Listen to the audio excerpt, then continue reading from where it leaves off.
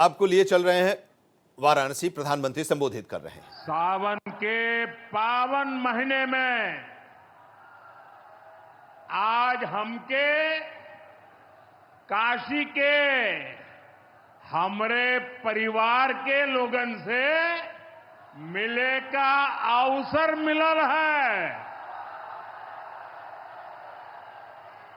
हम काशी के हर परिवारजन के प्रणाम करत है। यूपी के मुख्यमंत्री योगी आदित्यनाथ जी, डिप्टी सीएम केशव प्रसाद मौर्य जी, ब्रजेश पाठक जी, पटना से हमारे साथ जुड़े कृषि मंत्री शिवराज सिंह चौहान जी, देश के अलग अलग हिस्सों में जुड़े हुए सभी आदरणीय मुख्यमंत्रीगण, गवर्नर श्री, मंत्रीगण, यूपी सरकार के मंत्रीगण, यूपी भाजपा अध्यक्ष भूपेंद्र सिंह चौधरी जी, सभी विधायक एवं जनप्रतिनिधिगण और मेरे प्यारे किसान भाई और बहनों, और विशेष रूप से काशी के मेरे मालिक जनता जनार्दन,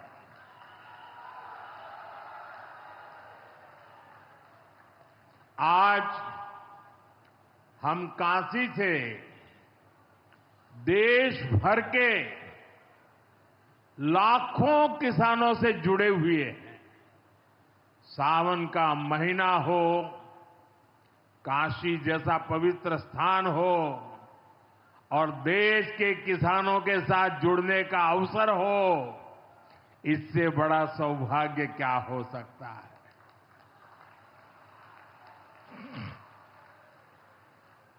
आज मैं ऑपरेशन सिंदूर के बाद पहली बार काशी आया हूं।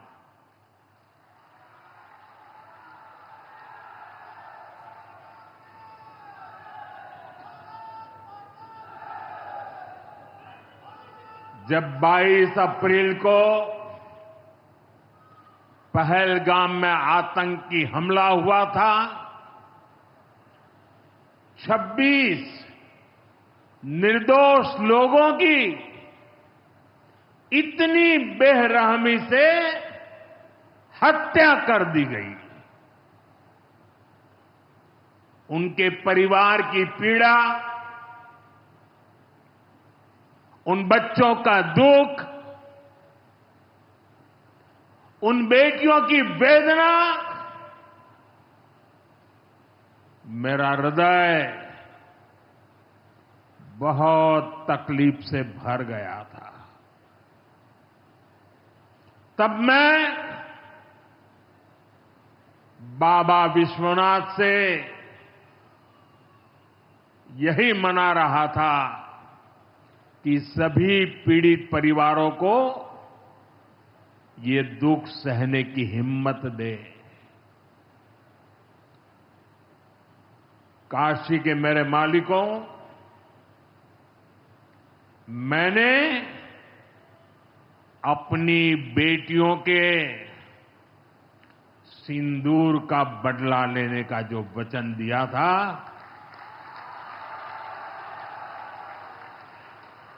वो भी पूरा हुआ है।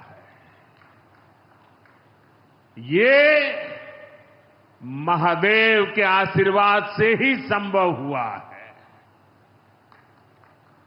मैं ऑपरेशन सिंदूर की सफलता को उनके चरणों में समर्पित करता हूं।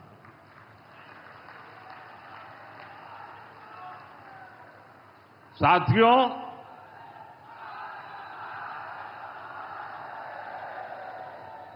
इन दिनों जब काशी में गंगा जल लेकर जाते हुए शिव भक्तों की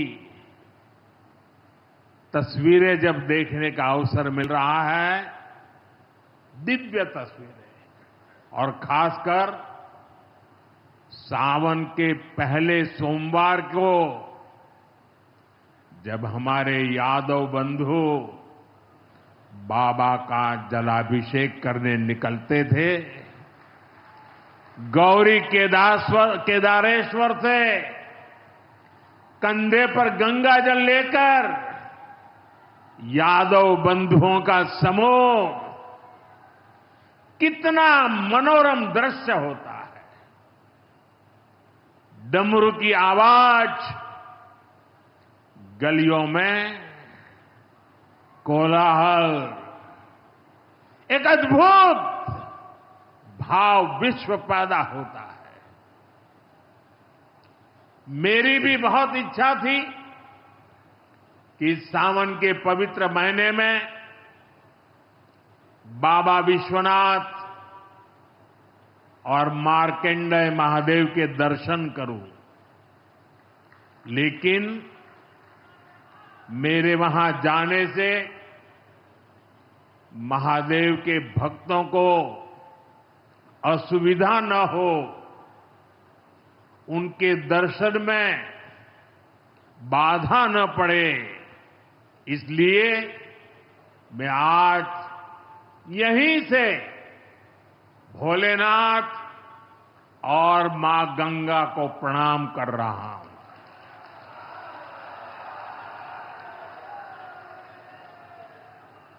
हम सेवापुरी के ई मंच से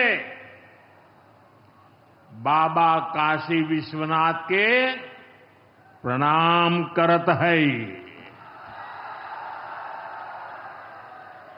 नमः पार्वती पते हर हर महादेव।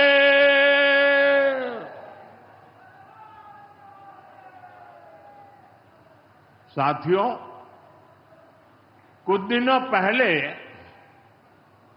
मैं तमिलनाडु में था। मैं वहां 1000 साल पुराने एक ऐतिहासिक मंदिर गया था, गंगईकोंडा चोलापुरम मंदिर। ये मंदिर देश की शैव परंपरा का एक प्राचीन केंद्र है। ये मंदिर हमारे देश के महान और प्रसिद्ध महान राजा राजेंद्र चोल ने बनवाया था। राजेंद्र चोल ने उत्तर भारत से गंगा जल मंगवाकर उत्तर को दक्षिण से जोड़ा था। 1000 साल पहले अपनी शिव भक्ति और शैव परंपरा के जरिए राजेंद्र चोल ने एक भारत श्रेष्ठ भारत का उद्घोष किया। आज काशी तमिल संगमम जैसे प्रयासों के जरिए हम उसे आगे बढ़ाने का एक नम्र प्रयास कर रहे हैं। और मैं जब अभी गंगईकोंडा चोलापुरम गया तो मेरे लिए बहुत संतोष की बात है कि 1000 साल बाद आपके आशीर्वाद से मैं भी गंगा जल लेकर वहां गया था। मां गंगा के आशीर्वाद से बहुत ही पवित्र माहौल में वहां पूजा संपन्न हुई। गंगा जल से वहां जलाभिषेक करने का सौभाग्य प्राप्त हुआ। साथियों, जीवन में ऐसे अवसर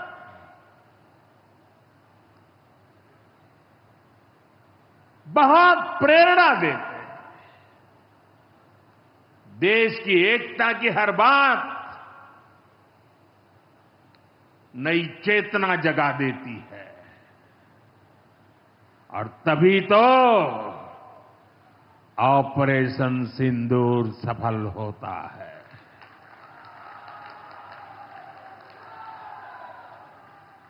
140 करोड़ देशवासियों की एकता ऑपरेशन सिंदूर की ताकत बन जाती है। साथियों, ऑपरेशन सिंदूर जवानों के पराक्रम का वो पल और आज किसानों को प्रणाम करने का अवसर। आज यहां एक विराट किसान उत्सव का आयोजन हो रहा है। देश के 10 करोड़ किसान भाइयों बहनों के खातों में 21,000 करोड़ रुपए पीएम किसान सम्मान निधि के रूप में भेजे गए हैं। और जब काशी से धन जाता है ना, वो तो अपने आप प्रसाद बन जाता है।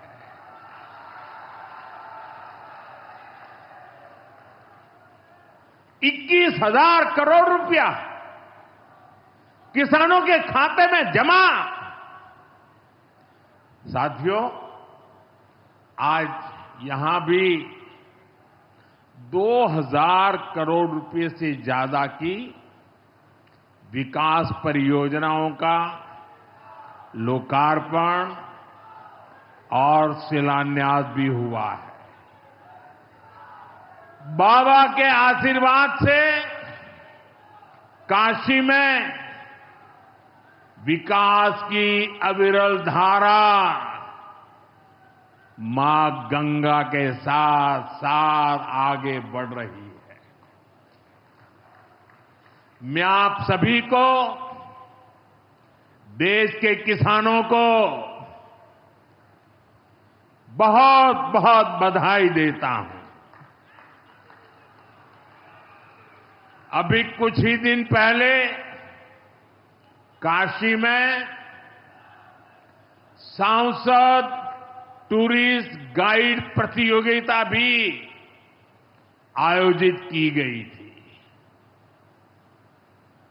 यानी स्पर्धा के द्वारा स्किल डेवलपमेंट,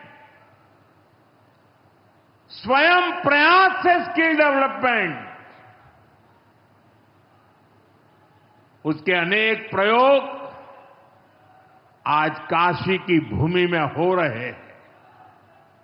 आने वाले दिनों में काशी सांसद फोटोग्राफी प्रतियोगिता, सांसद रोजगार मेला समेत कई और आयोजन भी होने वाले हैं। मैं यहां सरकार के सभी मुलाजिमों को, सरकार के सभी अधिकारियों को भी सार्वजनिक रूप से बहुत बहुत बधाई देता हूं, ताकि वे जनभागीदारी से युवा पीढ़ी को जोड़ करके ऐसे अद्भुत कार्यक्रमों की रचना करते हैं और सफलतापूर्वक उसको आगे बढ़ाते हैं। इस काम में जुड़े हुए सभी अधिकारी भी बहुत बहुत बधाई के पात्र हैं। जो ये प्रतियोगिता में हिस्सा ले रहे हैं, उनको भी मेरी बहुत बहुत शुभकामनाएं हैं। साथियों, हमारी सरकार निरंतर किसानों की खुशहाली के लिए काम कर रही है। पहले की सरकारों में किसानों के नाम पर हुई एक घोषणा भी पूरी होना मुश्किल होता था।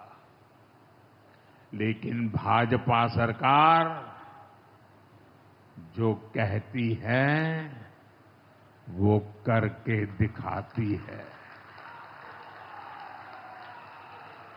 आज पीएम किसान सम्मान निधि सरकार के पक्के इरादों का उदाहरण बन चुकी है। भाइयों बहनों, आपको याद होगा 2019 में जब पीएम किसान सम्मान निधि शुरू हुई थी, तब सपा, कांग्रेस जैसे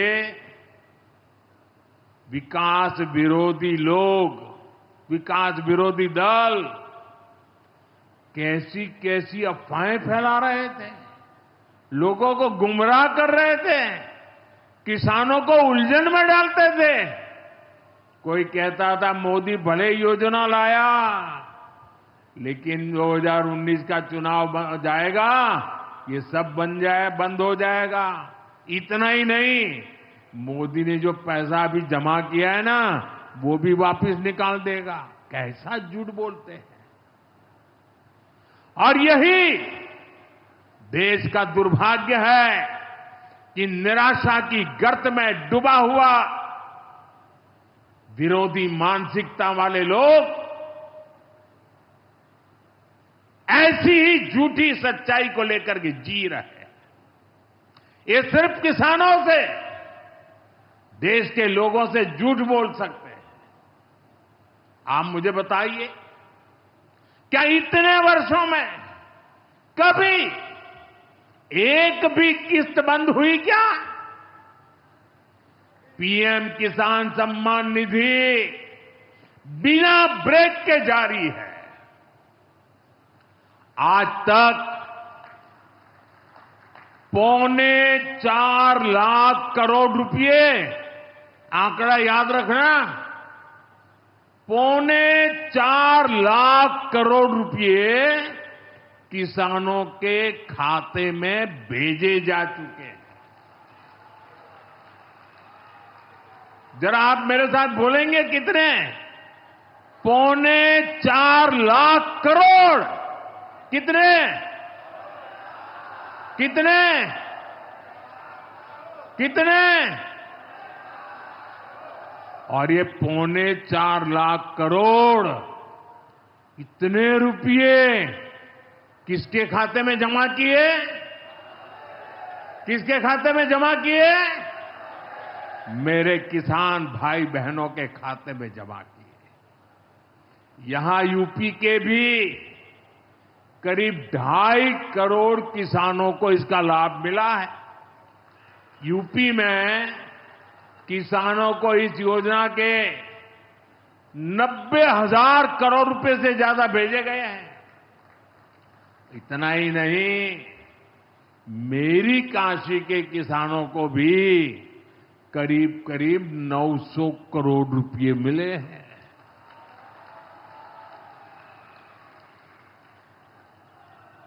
आपने ऐसा सांसद चुना कि आपके खाते में 900 करोड़ रुपया आया है।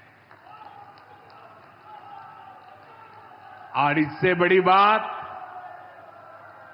बिना किसी कट कमीशन के,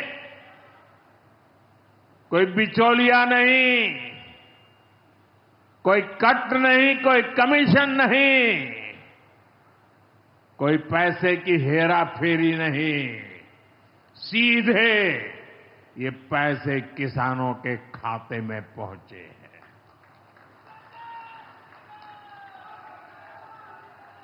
और मोदी ने ये परमानेंट व्यवस्था बना दी है। ना लीकेज होगी, न गरीब का हक छीना जाएगा।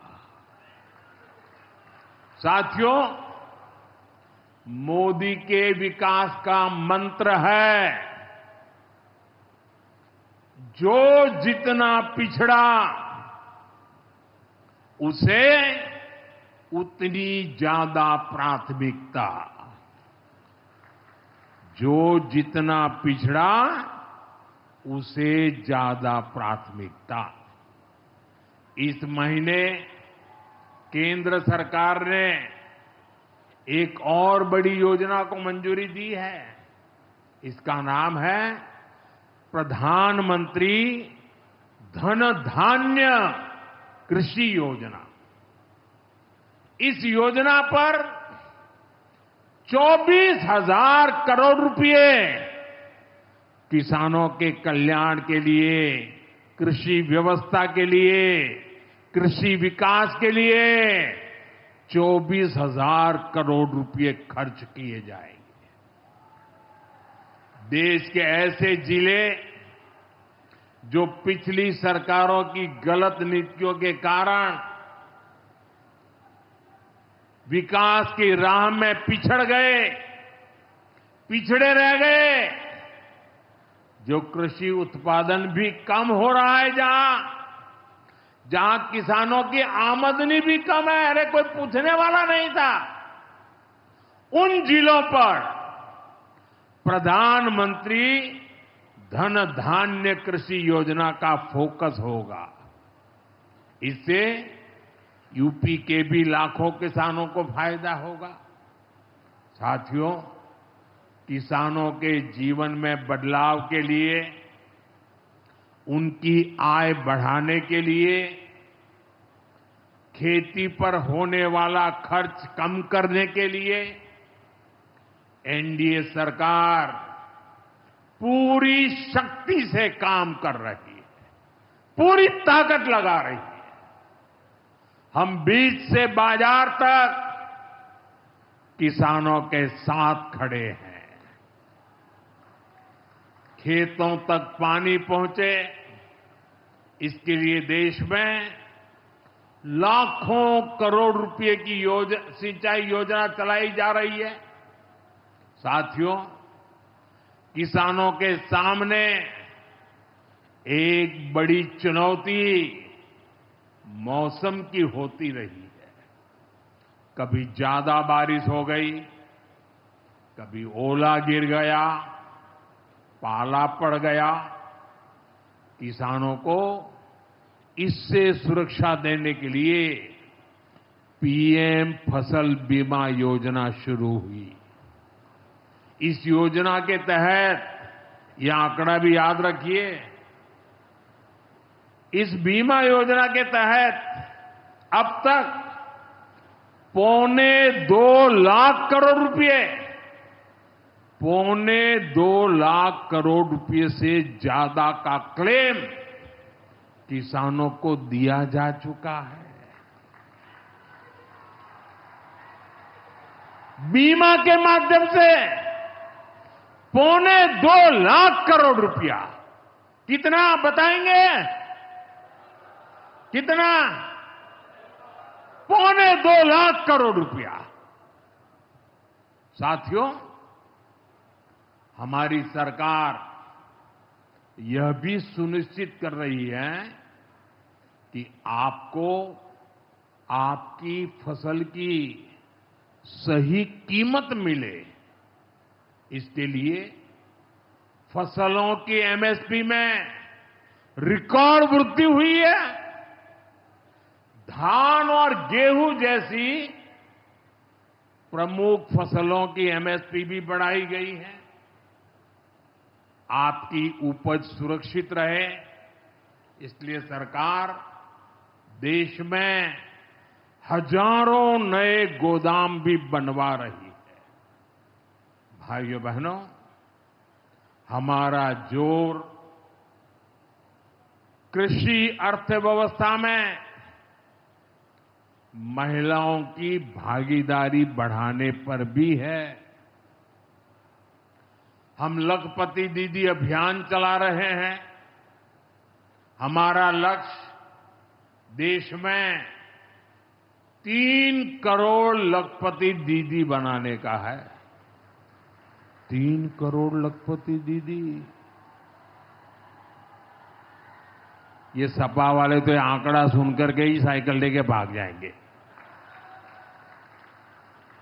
अब तक 1.5 करोड़ से ज्यादा लखपति दीदी भी बन चुकी है। 3 करोड़ का लक्ष्य में से आधा काम पूरा कर लिया। 1.5 करोड़ गांव में काम करने वाली गरीब परिवार की, किसान परिवार की हमारी बहनें, 1.5 करोड़ बहनें लखपति दीदी बन जाए, ये बहुत बड़ा काम हो रहा है। सरकार के ड्रोन दीदी अभियान ने भी लाखों बहनों की आय बढ़ाई है।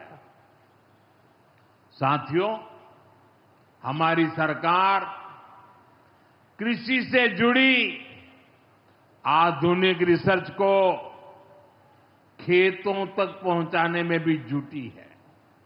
इसके लिए मई और जून के महीने में खास तौर पर विकसित कृषि संकल्प अभियान चलाया गया। लैब से लैंड के मंत्र के साथ 1.25 करोड़ से अधिक किसानों से सीधा संवाद किया गया। हमारे देश में माना गया है और यह व्यवस्था भी है कि कृषि ये राज्य का विषय है और सही भी है, लेकिन उसके बावजूद भी भारत सरकार को लगा, एनडीए सरकार को लगा, मोदी सरकार को लगा कि भले विषय राज्य का हो, राज्य करे, कर पाए न कर पाए, बहुत से राज्य जो नहीं कर पाते हैं, तो हमने तय किया कि हम खुद भी कुछ करेंगे और करोड़ों किसानों के साथ सीधा संवाद किया। साथियों, केंद्र सरकार की योजनाओं का लाभ आप सभी तक निरंतर पहुंचता रहे, इस दिशा में आज मुझे आपके साथ एक अहम जानकारी साझा करनी है और उसमें मुझे आपकी मदद भी चाहिए। यहां बैठे हुए लोगों की भी मदद चाहिए। आपको पता है, जनधन योजना के तहत देश में 55 करोड़ गरीबों के बैंक खाते खोले गए। जिनको कभी बैंक का दरवाजा देखने का सौभाग्य नहीं मिला था, ऐसे 55 करोड़ लोगों के खाते, ये मोदी को जब से आपने काम करने का अवसर दिया ना, मैं ये काम कर रहा था। 55 करोड़। अब इस योजना को हाल ही में 10 साल पूरे हुए हैं। अब बैंकिंग क्षेत्र का कुछ नियम है। वो नियम ये कहते हैं कि 10 साल बाद बैंक खातों का दोबारा से केवाईसी करना जरूरी होता है। एक प्रक्रिया पूरी करनी होती है। अब आप बैंक में जाएं, करें या न करें, पहले सब आपको करना होता है। अब मैंने थोड़ा आपका भार कम करने का बीड़ा उठाया है, तो मैंने बैंक वालों से कहा कि लोग आएं, केवाईसी करें, अच्छी बात है। हमें नागरिकों को हमेशा जागृत रखना चाहिए, लेकिन हम क्या एक अभियान चला सकते हैं? मैं आज रिजर्व बैंक का, हमारे देश की सभी बैंकों का, बैंक के सभी कर्ता धर्ताओं का हृदय से अभिनंदन करना चाहता हूं। आज उन्होंने एक ऐसा काम उठाया है जो हमें गर्व से भर देता है। बैंक के लोग इस 10 करोड़ लोगों को, अरे 10 साल के बाद ये 55 करोड़ लोग अपना फिर से रिव्यू करें, इसलिए केवाईसी जो करना है, इस काम को पूरा करने के लिए 1 जुलाई से देश भर में बहुत बड़ा अभियान चल रहा है। हमारे बैंक स्वयं हर ग्राम पंचायत तक पहुंच रहे हैं, वहां पर जाकर के मेला लगाते हैं। अब तक ऐसी करीब 1 लाख ग्राम पंचायत में बैंक अपने कैंप, अपना मेला लगा चुके हैं। लाखों लोगों ने दोबारा अपना केवाईसी भी करा लिया है और ये अभियान आगे भी चलने वाला है। मैं ऐसे हर साथी जिसका जनधन खाता है उससे आग्रह करूंगा कि वो फिर से अपना केवाईसी जरूर करा ले। साथियों, ग्राम पंचायतों में बैंक जो स्पेशल कैंप लगा रहे हैं, अभी भी लाखों पंचायतों का काम जारी है। मैं समझता हूं कि इन कैंप का फायदा उठाना चाहिए और उसके कई फायदे हैं।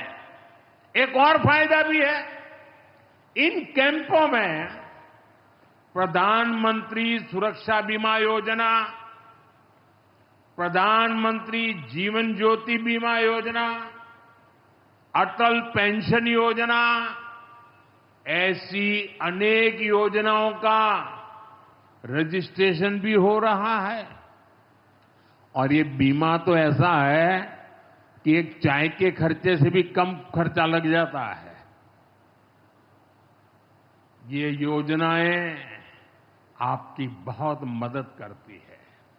इसलिए बैंकों ने जो जितना बड़ा अभियान चलाया है, आप इसका बहुत फायदा लीजिए। पूरे देश के लोगों से मैं कहता हूं, आप इन कैंपों में जरूर जाइए।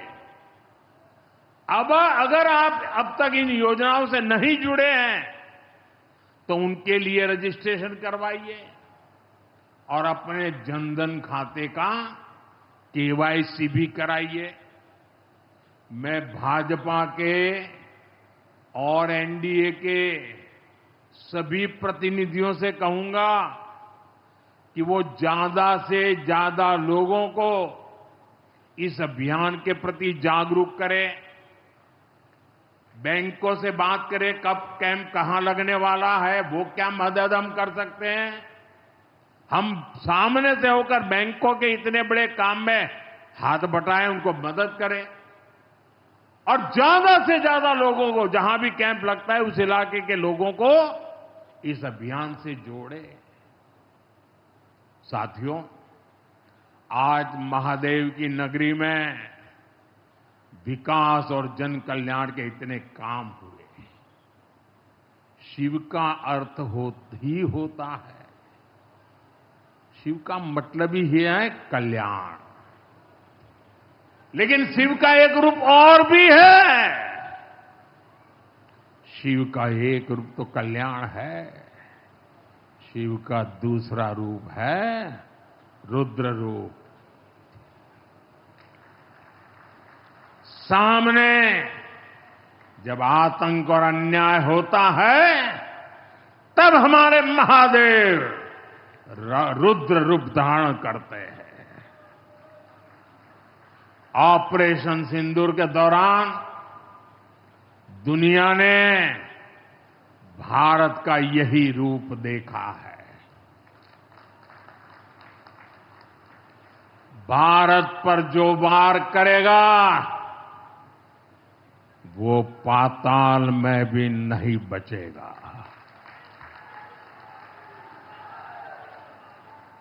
लेकिन भाइयों बहनों, दुर्भाग्य से ऑपरेशन सिंदूर की सफलता पर हमारे देश के कुछ लोगों को भी पेट में दर्द हो रहा है।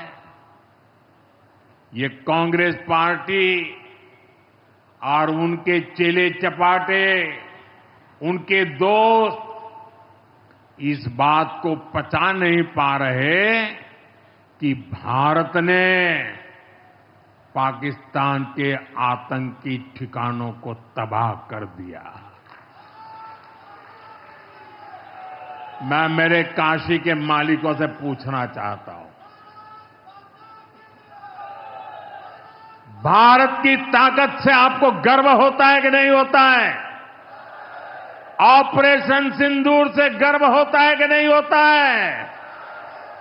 आतंकियों के ठिकानों को नष्ट करने का आपको गर्व होता है कि नहीं होता है? साथियों, आपने वो तस्वीरें देखी होगी,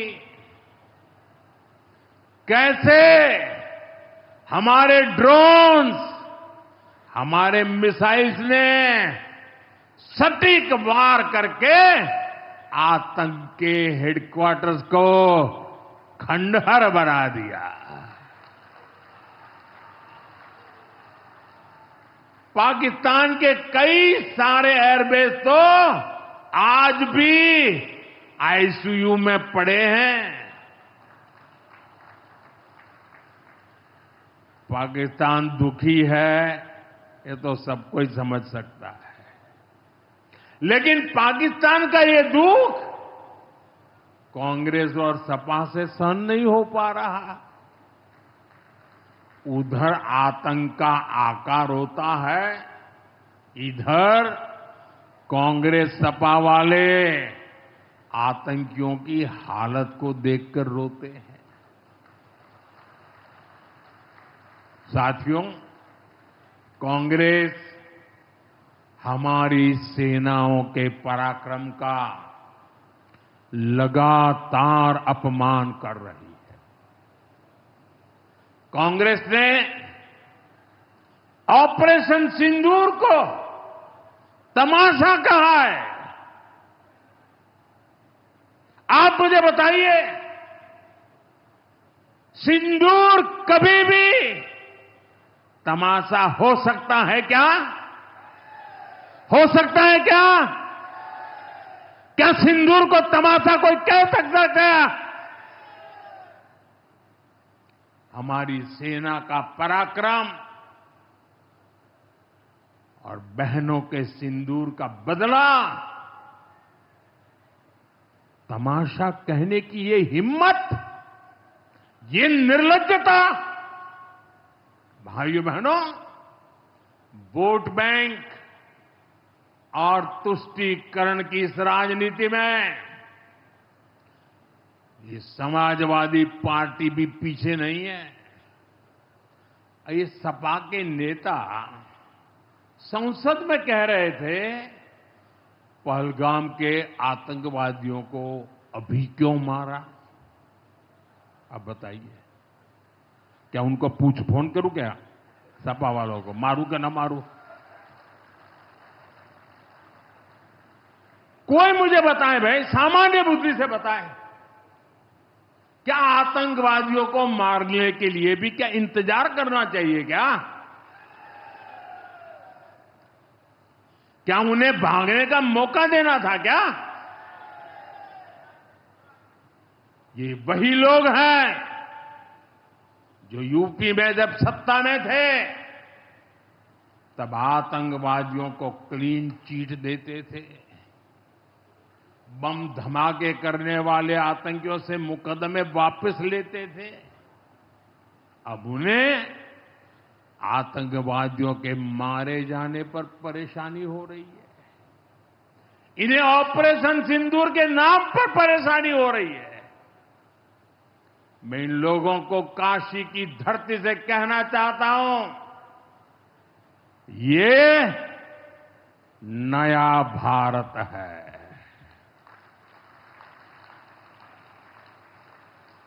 ये नया भारत भोलेनाथ को भी पूजता है और देश के दुश्मनों के सामने काल भैरव भी बन जाता है।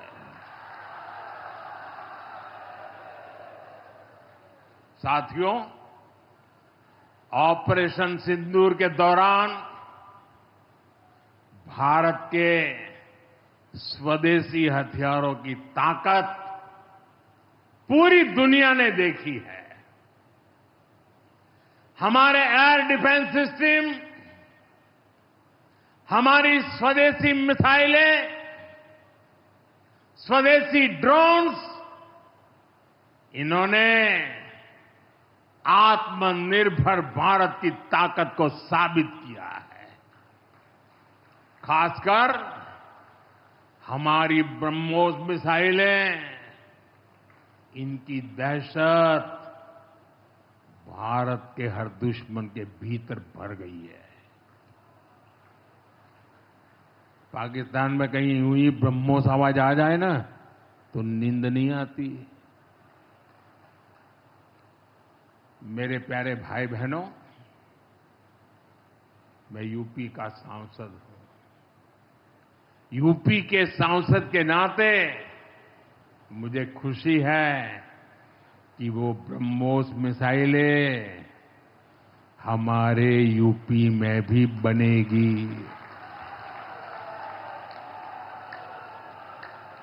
लखनऊ में ब्रह्मोस मिसाइल की मैन्युफैक्चरिंग शुरू हो रही है। यूपी डिफेंस कॉरिडोर में भी कई बड़ी डिफेंस कंपनियां अपने प्लांट लगा रही है। आने वाले समय में यूपी में बने हथियार, हिंदुस्तान के हर भाग में बने हथियार भारतीय सेनाओं की ताकत बनेंगे। मुझे साथियों बताइए, जब ये आत्मनिर्भर सैन्य शक्ति की बात सुनते हैं, आपको गर्व होता है कि नहीं होता है? जरा पूरी ताकत से हाथ ऊपर करके बताइए, आपको गर्व होता है कि नहीं होता है? गर्व होता है कि नहीं होता है? बोले हर हर महादेव। अगर पाकिस्तान ने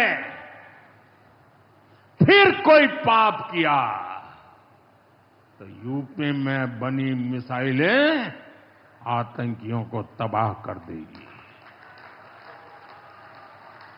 साथियों, आज यूपी इतनी तेज गति से औद्योगिक विकास कर रहा है। देश और दुनिया की बड़ी बड़ी कंपनियां यहां निवेश कर रही हैं। इसके पीछे भाजपा सरकार की विकासपरक नीतियों की बड़ी भूमिका है। सपा के समय में यूपी में अपराधी बेखौफ थे और निवेशक यहां आने से भी डरते थे, लेकिन भाजपा की सरकार में अपराधी में खौफ है और निवेशक यूपी के भविष्य में भरोसा देख रहे हैं। मैं विकास की इस रफ्तार के लिए यूपी सरकार को बधाई देता हूं। साथियों, मुझे संतोष है कि काशी में विकास का महायज्ञ लगातार जारी है। आज शुरू हुए रेल ओवरब्रिज, जल जीवन मिशन से जुड़े प्रोजेक्ट, काशी के स्कूलों का नवनिर्माण कार्य, होम्योपैथिक कॉलेज का निर्माण, मुंशी प्रेमचंद की विरासत को सहेजना, ये सारे काम भव्य काशी, दिव्य काशी, समृद्ध काशी और मेरी काशी के निर्माण को गति देंगे। यहां सेवापुरी में आना भी सौभाग्य से ही होता है। ये मां कालका देवी की ड्योढ़ी है। मैं यहां से मां कालका के चरणों में वंदन करता हूं। मुझे खुशी है कि मां कालका धाम का हमारी सरकार ने सुंदरीकरण कर उसे और भव्य बना दिया है। मंदिर तक आना जाना भी आसान हो गया है। सेवापुरी का इतिहास क्रांति का इतिहास रहा है। स्वतंत्रता संग्राम में यहां के अनेकों लोगों ने भागीदारी की थी। यही वो सेवापुरी है जहां महात्मा गांधी की कल्पना साकार हुई। यहां घर घर महिला पुरुष के हाथों में चरखा हुआ करता था। और सहयोग देखिए, अब चांदपुर से भदोही रोड जैसे प्रोजेक्ट से काशी के बुनकरों के साथ भदोही के बुनकर भी जुड़ रहे हैं। इसका लाभ बनारसी सिल्क के बुनकरों को भी होगा और भदोही के कारीगरों को भी होगा। साथियों, काशी बौद्धिक जनों की नगरी है। आज जब हम आर्थिक प्रगति की बात कर रहे हैं तो मैं आपका ध्यान वैश्विक हालातों पर भी ले जाना चाहता हूं। आज दुनिया की अर्थव्यवस्था कई आशंकाओं से गुजर रही है। अस्थिरता का माहौल है। ऐसे में दुनिया के देश अपने अपने हितों पर फोकस कर रहे हैं। अपने अपने देश के हितों पर ध्यान केंद्रित कर रहे हैं। भारत भी दुनिया की तीसरी सबसे बड़ी अर्थव्यवस्था बनने जा रहा है। इसलिए भारत को भी अपने आर्थिक हितों को लेकर सजग रहना ही है। हमारे किसान, हमारे लघु उद्योग, हमारे नौजवानों के रोजगार, इनका हित हमारे लिए सर्वोपरि है। सरकार इस दिशा में हर प्रयास कर रही है, लेकिन देश के नागरिक के रूप में भी हमारे कुछ दायित्व है। और ये बात सिर्फ मोदी नहीं, हिंदुस्तान के हर व्यक्ति ने दिन में हर पल बोलते रहना चाहिए, दूसरे को कहते रहना चाहिए। जो देश का भला चाहते हैं, जो देश को तीसरे नंबर की इकोनॉमी बनाना चाहते हैं, ऐसा कोई भी राजनीतिक दल हो, कोई भी राजनेता हो, उसने अपने संकोच को छोड़ करके देश हित में हर पल, हर बार, हर जगह देशवासियों के अंदर एक भाव जगाना होगा, और वो है हम स्वदेशी का संकल्प लें। अब हम कौन सी चीजों को खरीदेंगे, कौन से तराजू से तोलेंगे? मेरे भाइयों बहनों, मेरे देशवासियों, अब हम कुछ भी खरीदें तो एक ही तराजू होना चाहिए। हम उन चीजों को खरीदेंगे जिसे बनाने में किसी न किसी भारतीय का पसीना बहा है। और जो चीज भारत के लोगों द्वारा बनी है, भारत के लोगों के कौशल्य से बनी है, भारत के लोगों के पसीने से बनी है, हमारे लिए वह स्वदेशी है। हमें vocal for local, vocal for local मंत्र को अपनाना होगा। हम संकल्प लें कि हम मेक इन इंडिया प्रोडक्ट्स को ही बढ़ावा देंगे। हमारे घर में जो कुछ भी नया सामान आएगा, मैं नए सामान की बात कर रहा हूं, हमारे घर में जो भी नया सामान आएगा वो स्वदेशी ही होगा। ये जिम्मेदारी हर देशवासी को लेनी होगी। और मैं आज मेरे व्यापार जगत के भाई बहनों से विशेष आग्रह करना चाहता हूं। मैं मेरे दुकानदार भाई बहनों से आग्रह करना चाहता हूं, जब दुनिया इस प्रकार से अस्थिरता के माहौल से गुजर रही है, तब हम भी, चाहे व्यापार हो, छोटी दुकान हो, कारोबार करते हो, अब हम हमारे यहां से सिर्फ और सिर्फ स्वदेशी माल ही बेचेंगे।